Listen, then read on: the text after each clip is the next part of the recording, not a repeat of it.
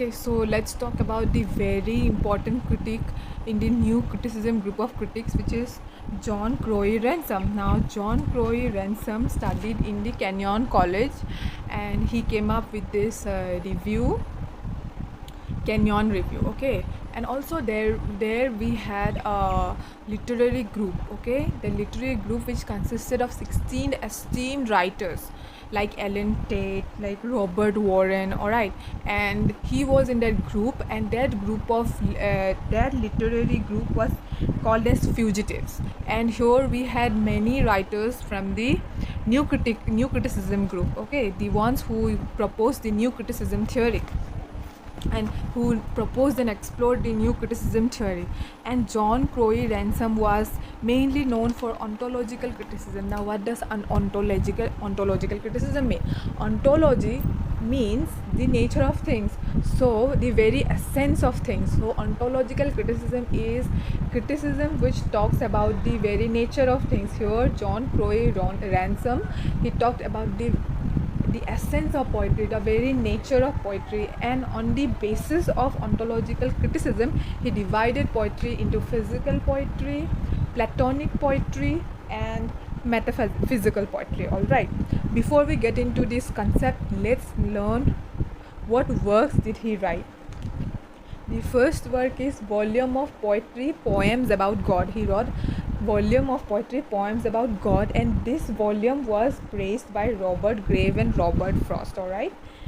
And then he wrote New Criticism. See, the whole theory of new criticism, the first one to come with this term new criticism is John Crowe Ransom. He is the first one who coined the term, which will later go ahead and become a whole theory which will be discussed by various writers. Now next is poetry and not an ontology. Now who is interested in ontological criticism? John Crowe Ransom. So just by the term ontology in the title, we can simply remind ourselves that it is by John Crowe Ransom, because he was the one who is interested in ontological criticism.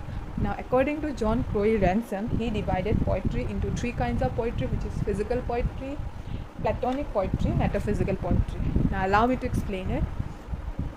Physical poetry. Now, what is physical poetry? Physical poetry are the simple poetry where you don't need to get into it much, which does not require you to go deeper and understand it, because the meaning is in the surface itself. Like when a poem is written about an onion, you don't need to keep the poem in your mind and analyze it in retrospect. You don't need that. Right after reading the poem, you will understand what the poet wants to say.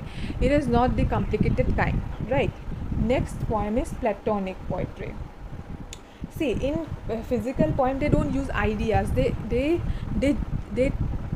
use physical objects in order to compose their poetry. Like if I write about a swing, if I write about an incident, like the exact incident, how it unfolded, right? We don't need much of interpretation there, because it is already because it is direct. But in platonic poetry, platonic poetry deals with the idea of things. They talk about ideologies, they talk about ideas. Alright, they are more into abstract concept of things. Like Victorian and Romantic poems are, according to Ransom, the platonic kind of poetry. Like, for example, take John Keats' Ode to Grecian Urn. Now, in Ode to Grecian Urn, is he talking about something that is really happening? No, he is talking about the image. He is using imagination in composing this poem, right? Like the Grecian Urn, he is imagining it to be in an attic, to be 400 years old, and he is so the next is the platonic poetry. See, what is platonic poetry is that it deals with the ideas. Like John Keats wrote Ode to Grecian Urn. Now did whatever he has written, did it really take place? No, it is all his imagination. He has taken the images drawn onto the urn and he has infused life into it through his imagination. It's not that it really happened. Like he talked about a cow being taken to sacrifice, and then people are waiting for the cow to be sacrificed. But in reality, it's not really happening. There is no one who is taking a cow from a town, and there is no one who is waiting at the altar. I mean, it is just thrown there. He might have thrown randomly.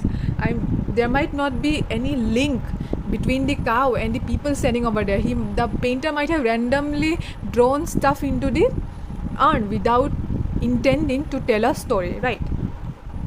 So same with the other image about the lovers, how he describes the lovers just sitting over there. It's just it's ideas, it's his idea that has been portrayed on the poem. Okay, so that is what Platonic poetry is all about. And then the last that we have is metaphysical poetry. Now we know that we have the metaphysics, the metaphysical poets, right, which included poets like John Donne, Abraham Cowley. They weren't very much interested in the art of the poetry. They wanted to infuse some science into it, right? So they wrote metaphysical poetry, and where intellect is used. In order to understand their poems, you will have to use your brain. Like for example, Donne's poem Flea, where he tells about the marriage, how the marriage takes place between the lovers through a flea. Like in Victorian times, the people did not indulge in sexual activities before they are married, and because it was a big issue. And so when the lover did not want to indulge in sexual activities, the male partner in the poem says that we are already married, because the flea that has bitten me and sucked my blood has also bitten you. So the flea that has bitten me and sucked a little amount of blood out of me has also bitten you, and your blood is also sucked, and now both of our blood is in the flea's stomach, and that's how they have consummated there, and the blood gets mixed, and a consummation has taken place, and that is why they are married now, and they can indulge in sexual activity. That is how the partner tries to convince his lover that they can now indulge in sexual activity, since through the flea they are already married, their blood is already mingled, their flesh is already mingled. Alright, so in order to understand metaphysical poetry, we need to use our brain. Like in the very famous poem, the love song of J. Alfred Prufrock, the poet compares the lovers to two sides of a compass, right? So that is what metaphysical poetry is all about. So John Crowe Ransom divides poetry into three parts. Metaphysical poetry, which deals with the physical, just the physical objects, right?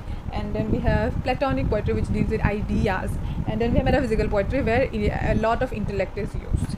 Okay, so this is all about John Crowe Ransom.